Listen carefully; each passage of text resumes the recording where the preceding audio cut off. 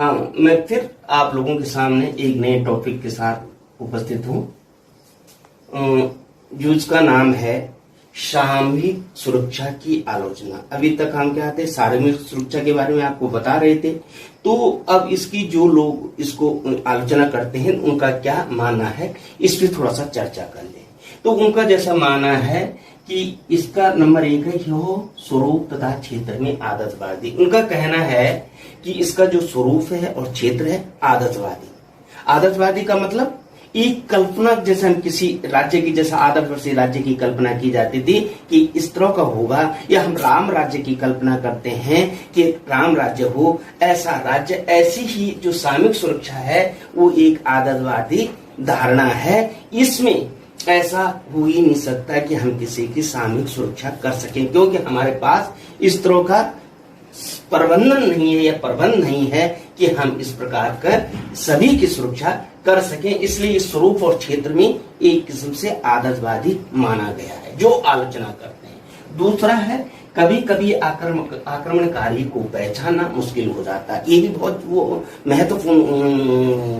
महत्वपूर्ण है कि हम जब आक्रमणकारी की बात होती है तो कई बार हम पहचान ही नहीं पाते कि वास्तव में असली आक्रमणकारी कौन है। और जब तक हमने असली आक्रमणकारी का पहचान नहीं कर पाई, तब तक उसका विरोध या उसके विरोध में हम कार्रवाई कैसे कर सकते हैं। और जब कार्रवाई नहीं कर सकते हैं तो वो जिस पे आक्रमण कर रहा है उसको दबाए जा रहा है, फिर उसकी सामूहिक सुरक्षा हम कैसे कर पाएंगे। जैसा कि आज तक जम्मू कश्मीर में होता रहा है। जम्मू कश्मीर में संयुक्त राष्ट्र संघ इस कर ही नहीं सका, ये साबित ही नहीं कर सका, ये कह ही नहीं सका, ये प्रभाषित ही नहीं कर सका कि वास्तव में वहां पर आक्रमणकारी कौन है। भारत को आक्रमणकारी माने या पाकिस्तान को आक्रमणकारी माने, जब दोनों ने किसी को आज तक कर ही नहीं सका कि वास्तव में वहां आक्रमणकारी कौन है, तो क्या है, कैसे पहचाना जा सकता है और कैसे पहचान की जा सकती है, कैसे उसको तब रोका जा सकता है, कैसे उसकी सामूहिक सुरक्षा की जा सकती है। तो ये भी महत्वपूर्ण तत्व है। तीसरा है यह धारणा युद्ध को स्वीकार करती, यानी हम इस चीज को मानते हैं कि ये सारी चीजें युद्ध के लिए संभव है और युद्ध हो सकते हैं। जिस युद्ध के बारे में हम जिस युद्ध को रोककर हम शांति की बात करते हैं, वो युद्ध रोका नहीं जा सकता, बल्कि हम युद्ध को स्वीकार कर रहे हैं। और युद्ध को जब स्वीकार कर रहे हैं तभी जाके हम क्या सामूहिक सुरक्षा की भी बात कर रहे हैं। हम शांति कहीं नहीं इस रूप में ला सकते हैं। चौथा है यह युद्ध के समय तटस्थता को नहीं मानता, यानी जब युद्ध चल रहा होगा तो इनका कहना है कि कोई भी राष्ट्र तटस्थ नहीं रह सकता, यानी अलग नहीं रह सकता। सबको या तो विरोध करना पड़ेगा या उसके समर्थन में खड़ा होना पड़ेगा, यानी बीच के कोई रास्ता नहीं। यानी कोई राष्ट्र अगर युद्ध में सम्मिलित नहीं होना चाहता या वो किसी विरोधी राष्ट्र का विरोध या समर्थन नहीं करना चाहता, तो ऐसा नहीं हो सकता, बल्कि वो तटस्थ रह ही नहीं सकता। उसको किसी न किसी उसमें उसको शामिल होना ही होगा या होगा।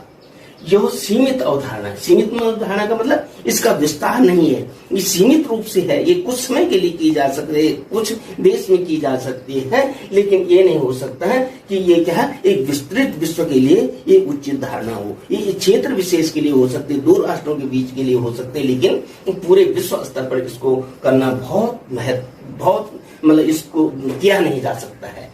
अस्थायी अंतरराष्ट्रीय सेना का, आपने देखा होगा कि संयुक्त राष्ट्र की जो सुरक्षा परिषद है यही सामूहिक सुरक्षा की गारंटी लेती है, लेकिन उसके पास तो अस्थायी सेना ही नहीं है।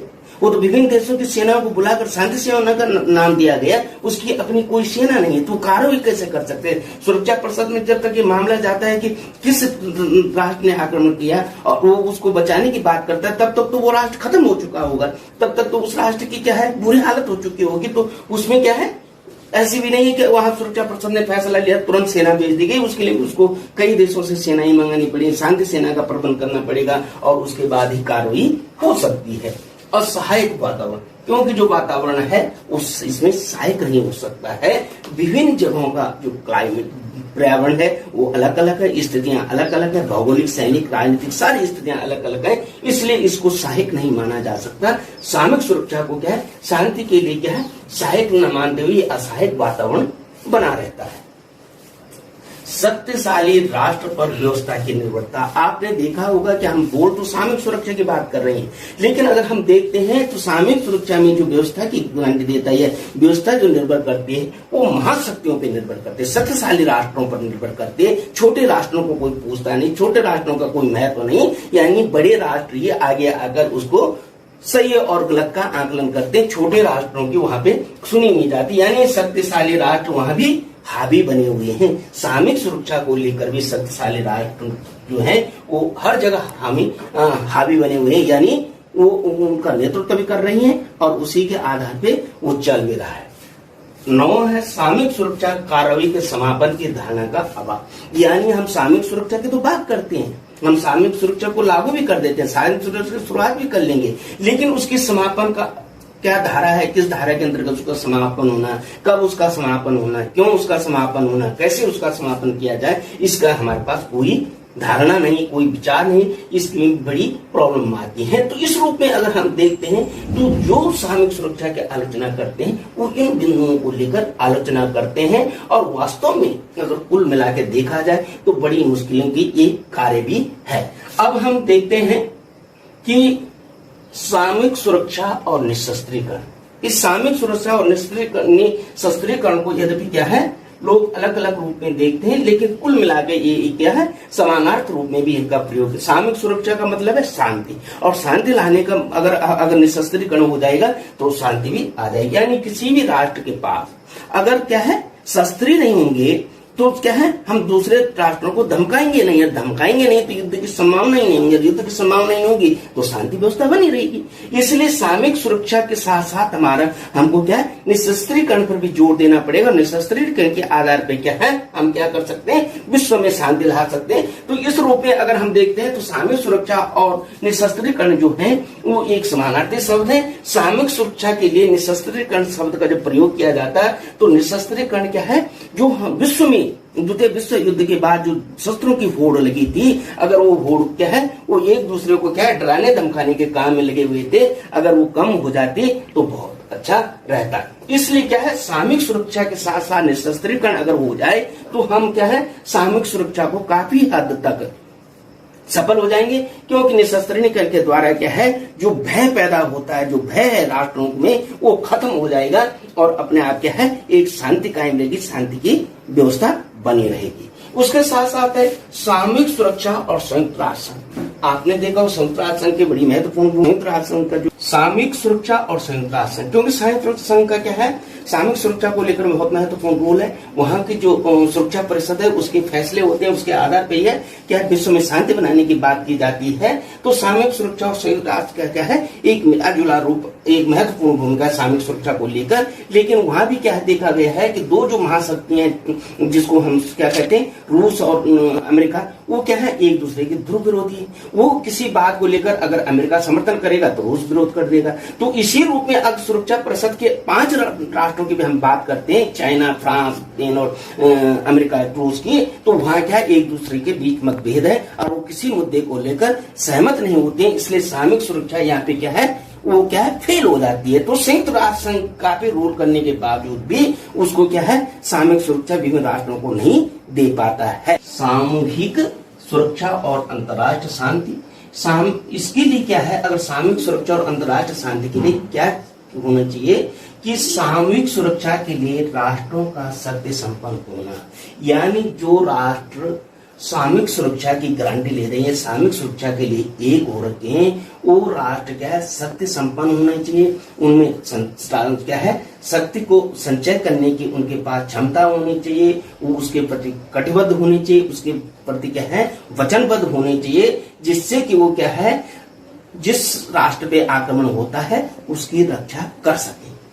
दूसरा है सामूहिक सुरक्षा करने वाले देशों की समान नीति, यानी जो उस गुट में है जो सुरक्षा के लिए कटिबद्ध हैं, सामूहिक सुरक्षा के लिए आगे आ रखे हैं, उन्होंने अपना क्या है गठबंधन बना रखा है, उन सभी देशों की नीति एक समान होनी चाहिए। एक समान का मतलब ये नहीं कि सभी चीजें बनोगी नीति, लेकिन उस दृष्टिकोण को, उस सुरक्षा को देखते हुए उनको एक समान नीति का होना चाहिए। क्योंकि वो क्या है, ये ना हो कि वहां जब उसकी बात हो, उसके समर्थन की, उसपे सुरक्षा की बात हो, तब वो आपस में टकरा रहे हैं। तो उनकी नीति समान होनी चाहिए, एक समान। तीसरा है परस्पर विरोधी नीतियों का त्याग करना चाहिए। एक समान होने के लिए क्या है, जो उनकी आपस में विरोधी नीतियां हैं, परस्पर विरोधी नीतियां होती हैं देशों के बीच, एक दूसरे को लेकर किसी बिंदु को लेकर अगर टकराव रहता है तो उन विरोधी, परस्पर विरोधी नीतियों को त्यागना होगा, छोड़ना होगा, जिससे कि सामूहिक सुरक्षा को हम क्या बल मिल सके। उसके अलावा है यथा स्थिति बनाए रखना अपना राष्ट्र हित। अगर पूर्वावस्था को बनाए रखना है, यथा स्थिति उस देश में बनाए रखनी है, तो उसको लेकर वो ये समझे कि ये मेरे देश की हर राष्ट्र, समझे मेरे देश का राष्ट्र हित है।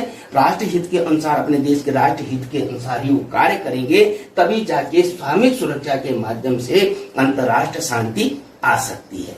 कुल मिलाकर अगर हम वर्तमान परिस्थितियों को देखते हैं, तो वर्तमान परिस्थितियों में देखते हुए क्या है, सामूहिक सुरक्षा का जो मसला है वो अपरिपक्व है, अभी विकसित नहीं हो रखा है। संयुक्त राष्ट्र संघ की भूमिका भी अभी तक कोई स्पष्ट नहीं हो रही है। इसलिए क्या है, हम अगर देखते हैं, हम कई मुद्दों पर देखते हैं कि क्या है, संयुक्त राष्ट्र संघ भी स्पष्ट अपनी राय नहीं दे सकता है। वो कई मुद्दे हैं, चाहे आज वर्तमान समय का कोरोना का मुद्दा हो या आतंकवाद का मुद्दा हो, कई मुद्दों पे, या पर्यावरण का मुद्दा हो, अपनी नीति को वो स्पष्ट नहीं कर सका, परिभाषित नहीं कर सका। इसलिए संयुक्त राष्ट्र संघ जब अपनी नीति को ही स्पष्ट नहीं कर पाता है या अपनी उसको स्पष्ट नहीं कर पाता है, तो सामूहिक सुरक्षा से अंतर्राष्ट्रीय शांति का आना बहुत ही मतलब मुश्किल कार्य है। लेकिन फिर भी विभिन्न देशों को और संयुक्त राष्ट्र संघ को मिलकर क्या है, इस प्रयास को करना चाहिए, जिससे कि विश्व में शांति कायम हो सके, छोटे बड़े देश अपने को सुरक्षित महसूस कर सकें, और क्या है, हम मानवता का विकास कर सकें। इसलिए क्या है, इसका होना बहुत जरूरी है। तब तक ये सारी चीजें क्या है, बहुत महत्वपूर्ण है। इसी के साथ मैं अगले टॉपिक के साथ फिर हाजिर होऊंगा। तब तक के लिए नमस्कार।